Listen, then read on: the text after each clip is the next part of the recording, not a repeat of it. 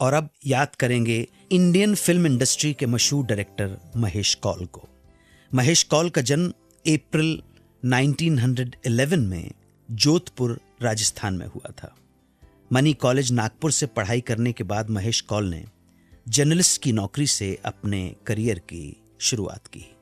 बाद में उन्होंने बैंक में ब्रांच मैनेजर के तौर पर भी काम किया। फिल्मों में महेश कौल की शुरुआत लिरिसिस्ट और डायलॉग राइटर के तौर पर हुई थी।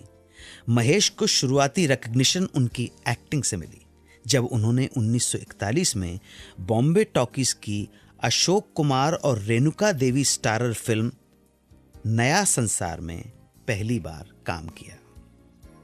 अगले साल उन्हें देवकी बोस की बाइलिंगुअल हिंदी मराठी फिल्म अपना घर में काम करने का मौका मिला। जल्दी ही उनका इंक्लिनेशन डायरेक्शन की तरफ हो गया। 1943 में डायरेक्टर के तौर पर उनकी पहली फिल्म रिलीज हुई। फिल्म का नाम था अंगूरी। फिल्म के लीड आर्टिस्ट थे कौशल्या और उल्लास। फिल्म का म्यूजिक दिया सिंगर जीएम दुर्रानी ने। जीएम दुर्रानी ने ही एक्ट्रेस कौशल्या के साथ इस फिल्म में 3 गाने भी गाए। अगले ही साल उनकी एक और फिल्म आई परिस्तान। डायरेक्टर के रूप में उनकी मेजर फिल्म थी 1948 में आई गोपीनाथ, जिसमें राज कपूर और इप्टा की जानी मानी एक्ट्रेस तृप्ति मित्रा लीड रोल में थे। आगे आने वाले सालों में उन्होंने सिर्फ डायरेक्शन पर ही ध्यान दिया। 1951 में उनके करियर की सबसे पॉपुलर फिल्म आई नौजवान। नलिनी जयवंत, प्रेमनाथ स्टारर इस फिल्म का संगीत दिया था एस.टी. बर्मन ने। फिल्म में लता मंगेशकर का गाया एक गीत आज भी याद किया जाता है। याद कीजिए, ठंडी हवाएं लहरा के आए। उनकी जो और प्रोमिनेंट फिल्में रहीं वो थीं 1953 में जीवन ज्योति। शम्मी कपूर और शशिकला स्टारर ये फिल्म शम्मी की पहली फिल्म थी। हालांकि उनकी पहली रिलीज्ड फिल्म रही 1953 में आई रेल का डब्बा। इसके अलावा 1957 की अभिमान, जिसकी स्टार कास्ट में थे शेखर, अमिता और महमूद। 1958 में उनकी 2 फिल्में रिलीज हुई।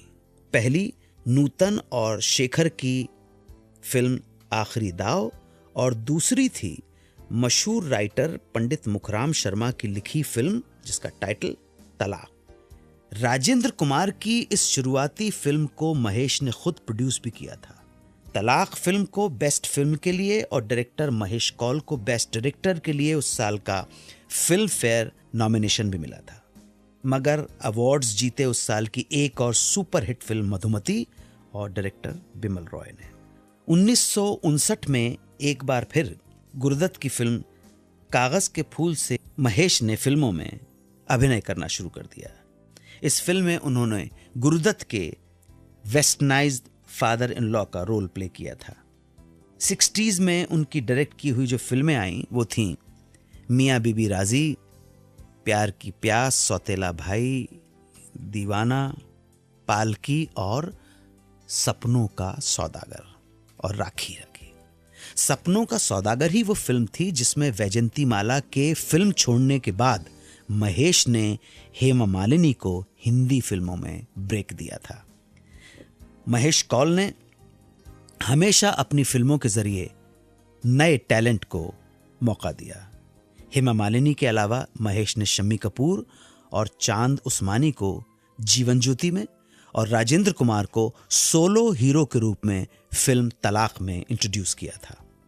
महेश ने संजीव कुमार को भी फिल्मिस्तान की फिल्म हम कहां जा रहे हैं के जरिए लॉन्च किया था। मगर प्रोड्यूसर के साथ अनबन होने के कारण महेश ने फिल्म छोड़ दी और संजीव कुमार को भी इस फिल्म से हटा दिया गया। 1972 में महेश कौल बीमार रहने लगे। उन्हें नानावटी हॉस्पिटल में भर्ती होना पड़ा। इलाज में बहुत पैसा लग रहा था। ऐसे में उनके पुराने मित्र, कैरेक्टर आर्टिस्ट, स्पोर्ट्समैन जानकी दास ने उनकी मदद करने की कोशिश की, लेकिन वो बीमारी से निकल नहीं सके और जुलाई 1972 में उनकी मृत्यु हो गई।